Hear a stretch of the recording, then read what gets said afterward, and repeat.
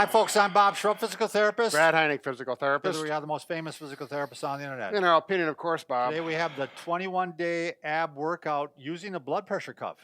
How unusual is that? Well, Bob, it's amazing what you can do with a real simple device to learn a not so simple Concept, yeah. Concept, right. A lot of people have trouble with this, so I think it's going to be a great way to teach you the right way to do ab workouts. Right, So, because as therapists, we're always working with people with back pain, and if you don't learn how the proprioception or the body placement or position of your low back while you're doing ab exercises, you can make your back worse as a result of trying to do core strengthening. And the thing is, you do want to go do core strengthening when you have back pain, right, because it's going to help the back. There you go. By the way, if you're new to our channel, please take a second to subscribe to us. We provide videos on how to stay healthy, fit, pain-free. We upload every day.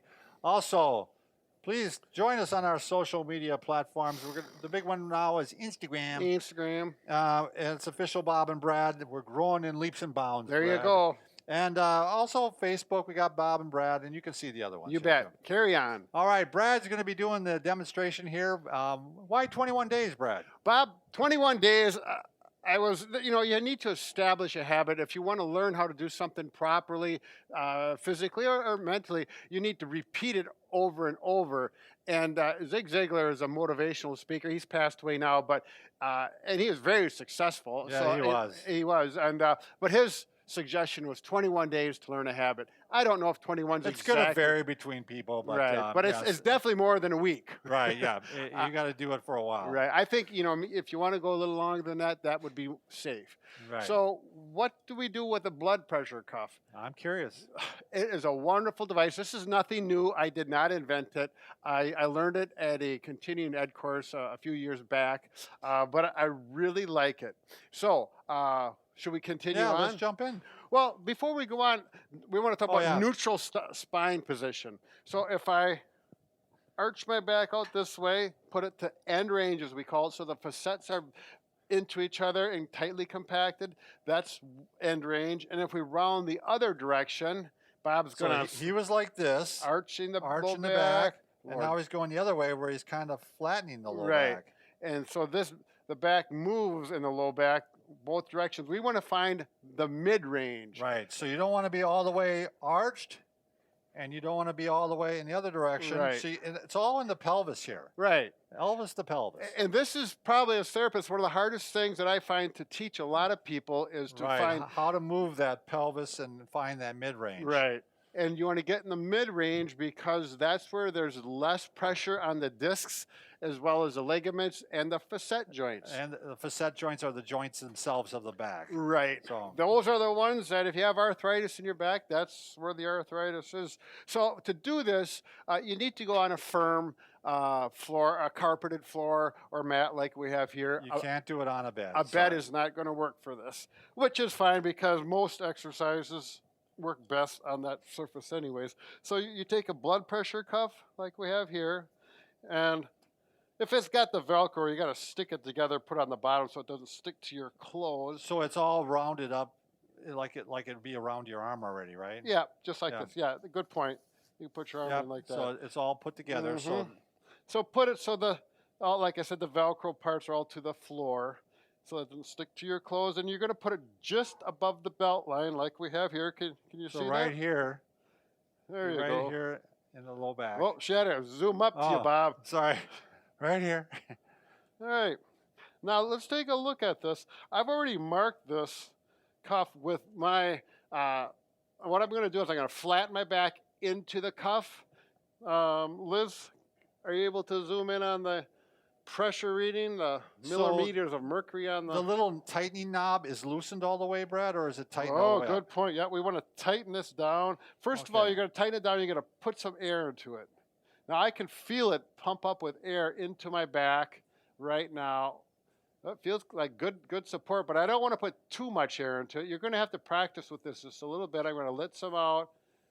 So it's about half full. Couldn't you look at the knob, how far filled up the knob is? Or you mean the gauge? Gauge, yeah. I'm sorry, not the knob. Yeah. You can do that. Now, this is one of those things, once you do it a little bit, you'll see what I'm talking about. But right now I've got my back arched away from the cuff that has air in it, and I have it locked in tight so that it's not going to, exhaust through the pump. And you can see that. There you go. Yep. Now it's Okay, you can see. so. Yeah, the needle is moving up and There, down. okay. That's good for the light and everything. Now you can see the needle move when I arch my back down. So now I'm going the opposite direction. And I can get it to that other blue piece of tape, roughly. And then arch, so I'm end range arching my back. And now I'm going to go the opposite So direction. you're flattening your back Flattening now. my back into the cuff. And now what I want to do is get the needle so it's mid-range, which is right there. Now, in order for me to do this, I'm going to have to take the camera away from you and look at it myself. The gauge away from you. Yep. So I'll do it. Look right there. Okay. that's the mid-range. That's mid-range. And you want to keep in that range Right. even when you're doing exercise. So I'm going to do a simple exercise, single knee chest. Sure. Now tell me if I'm maintaining.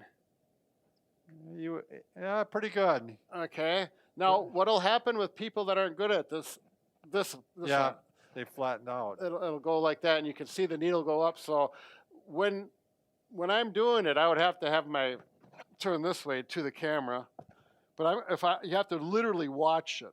Sure. And as you're doing that, matter of fact, I'm gonna do it this way. I'll remember. There we go. Okay, so tell me when you can see it, Liz. Good. Now I'm gonna do the exercise, single knee to chest. And now this is not an aggressive core exercise. This is more of a training exercise, so you get used of trying to maintain that needle In the middle. Yep, in mid-range. Now I'm going to do the other leg. Okay. Now I'm going to do another exercise, a little harder. I'm going to do a straight leg, and I'm going to do a swim kick, I call it. So I'm going to go up and down like this. And you can see that needle starting to go a little more. Now I got to slow down and control it. I'm shooting for 140, which is mid-range. And my whole stomach right now is contracted and maintaining that low back position. What you're going to find is that this is much harder than just doing a straight leg raise without doing this. Oh, yes. I mean, you have to really focus on the abdomen and the muscles of the abdomen in order to keep that mid-range. It really gives good feedback. This is literally biofeedback telling you where your low back is in relationship to your hips and your upper trunk. And I'm really working hard because I got to take a little break right now. Now I'm going to do another one, the next exercise. Once you get that so you can maintain it, do a straight leg raise. And this is a little harder as you go up, particularly depending on how flexible your hamstrings are. Now I'm just going to go straight up and down. I've been practicing this. I'm holding it pretty good. Yeah, you're staying in the middle pretty well. Yep, but I'm certainly concentrating and really thinking about what I'm doing. Now, those are the first three. I call them the beginner exercises for that. And you should do 10 to 20 repetitions on each leg. Why don't you go to the side again, Brad? Okay. And they understand the gauge now, I believe. Okay, good. So why don't you just go ahead and do the 3 real quick? Yep. And all right. just go through the first 3. Can you throw me a pillow, Bob? Sure. That would make me feel better. give me the custom one, the memory foam. I like that one. You want anything else? There you go. Just give me the pillow, Bob. He's playing games with me again. All right. Okay, so here we go. Oh, Get rid of the glasses. get You want rid me of the to- glasses. Okay. There Want we to go. fan you too a little bit? Yes, okay. So here we go. So I'll start out with these, and then these. I'm getting good at it. So single knee to chest, And then I do the swim kick. swim kick. And you could do these for time, for 30 seconds each leg or minute, whatever gives you a sufficient workout. This should really, Do both sides. And then you're doing the straight leg raise, which is the only difference is that goes up higher yet, right. doesn't it? Yeah, so the hamstrings get involved, and you'll feel that when the hamstrings pull, it pushes the needle up higher. Okay. And then why don't you jump into the advanced ones, Okay, Brad? the advanced. Now this gets much harder. I'm going to find my 140, 150, and I'm going to do both knees up at the same time. And you cannot get too far because it'll clearly push it up too high. Sure. That's just the mechanics. You're not going to be able to do that. So I'm going to do this, and now I'm really You're working, I bet you yeah now. yeah, and it's harder to control the needle too. Okay. And then also this one. The two-legged. Oh, Oh, is that the? Which one is that? I just made it up. Oh, I have 3 there, Bob, but you can do this one as well. yeah, because- that's a tough one. yeah. And I'm working it, but there's this one, and wow, that's a tough one, Bob. So this is advanced. Yeah, I and mean- then you could do the straight leg raise, also two-legged, right? Yeah. I mean, you could go all the way Yep. up. And that, depending on, once you Yeah. get so high, it's going to push it down. So that one, realistically, you're not going to go up to 90 degrees. Again, this would not nearly be as hard if he wasn't trying to keep that pelvis right in that mid-range. Yeah. Very difficult to do. It really gives you feedback and trains you where your back. And I don't know neutral what are position. blood pressure cuffs. Usually, I think you get one for like $14 or something like Yeah, that. And yeah. then you can take your blood pressure too with it. Oh, sure, absolutely. Yeah, We have a video on how to do that. Yeah, Remember exactly. that we did that years ago. So I really think if you have a back problem or you want to learn how to do it, do your exercises for your core properly and really learn your back positioning, it's going to be very helpful while you're doing them as well as throughout the rest of your kind of your surprising life. feedback, I think, Yeah. for many of us.